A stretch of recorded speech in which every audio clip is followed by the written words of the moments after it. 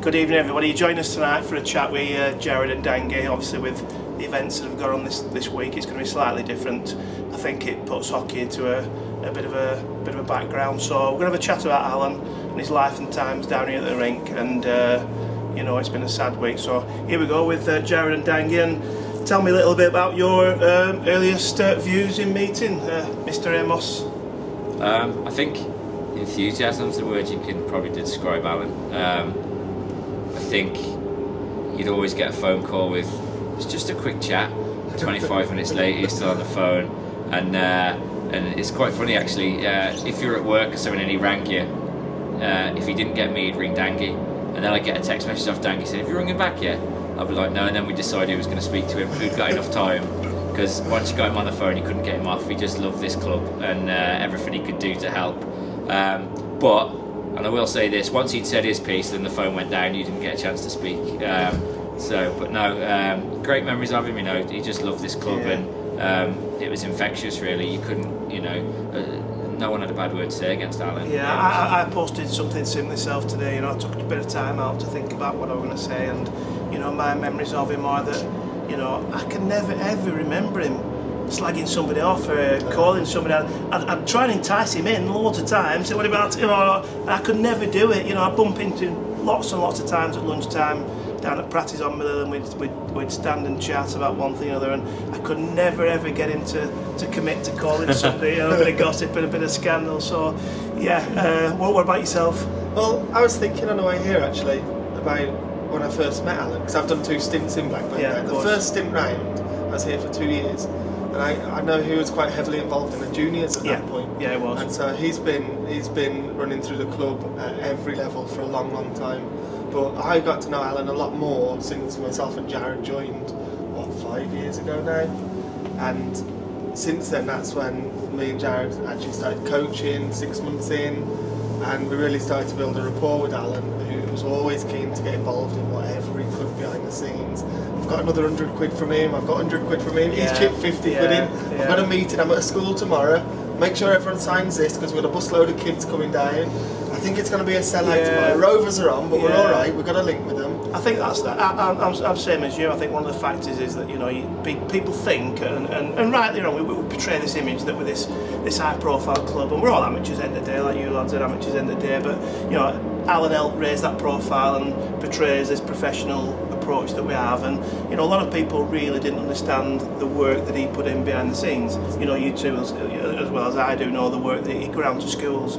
He'd be giving taster sessions, he'd give tickets out, he'd encourage people to come in down, even the sponsors, sponsors help. He'd go around getting sponsors, and these type of things are things that people don't see and don't understand, and it really, from your 2 points of views, he really will be sorely missed behind the scenes, in terms of helping you two lads out in the team and everything like that. So more so, like, something like this puts hockey into perspective, and it tells you really it doesn't matter.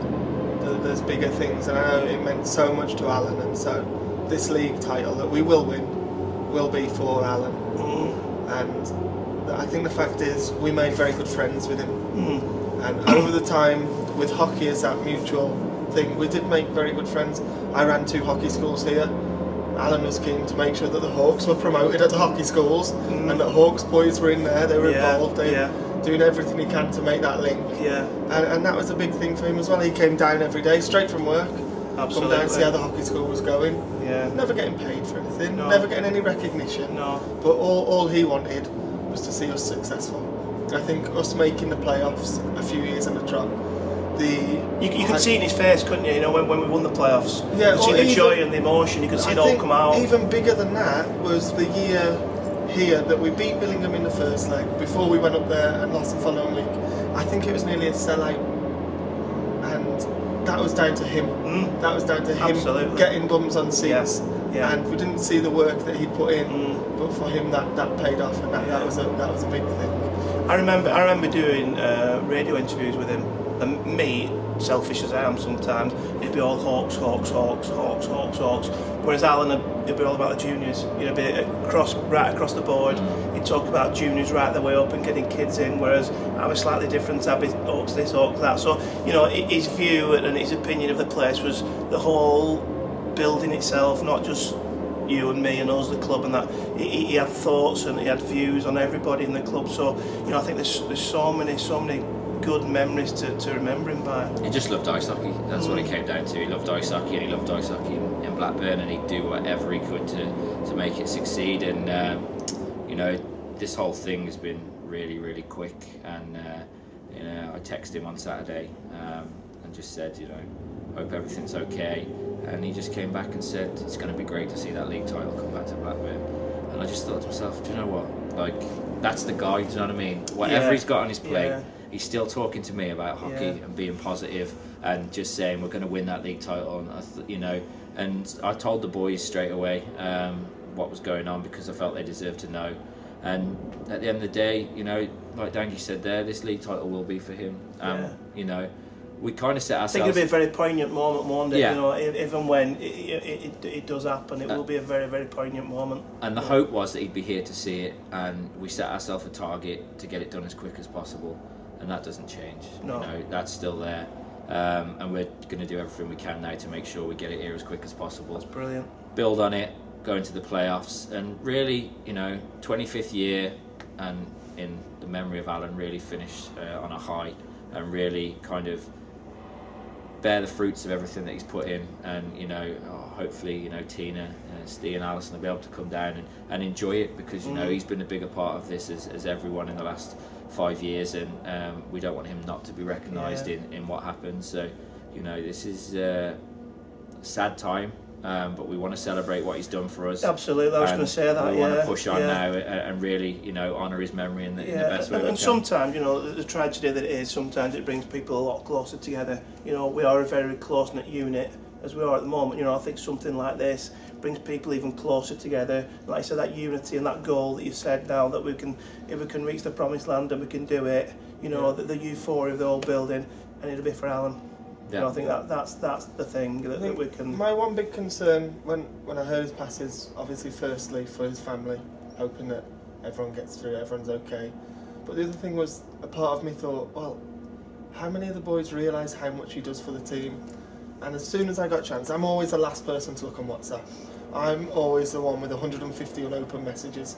And I caught up on WhatsApp, and there wasn't a single player that didn't respond or have something to say about Alan, about how much he'd done. And that meant a lot, because I know that he wouldn't be bothered what people thought, if people noticed what he did or not, because he wasn't doing it for the recognition. But to realise that all 20 players realised how much he put in, it was a really nice sign. Yeah, like I said, so tonight is your first training session since Alan's passing.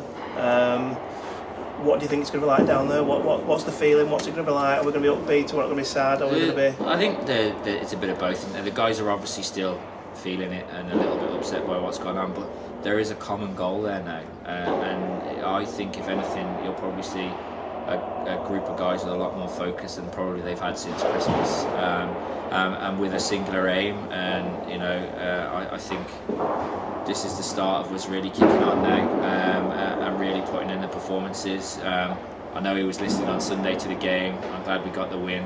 It wasn't quite the game that he asked me for, but my whole intention is we go up there this weekend and we do that for him again, and we just take ourselves another step closer to what we want and what he always wanted, and that's really to win that league title, and that's our sole aim now. And I think everybody that comes down, to the game on Saturday night, I'm sure there'll be a big crowd Saturday night, and from here on in, I think everybody will be 100% behind you. Everyone's got a common goal now to reach for. So I think Alan's passing. It's a very, very sad event, and we're all upset about it. But we'll leave it there for now, chaps, if that's all right with yourself. No. I know you've got a training to get to down there, a little bit late, but in the grand scheme of things, I'm sure that can be for the team. So on behalf of me and the two boys, thanks very much. Thank you.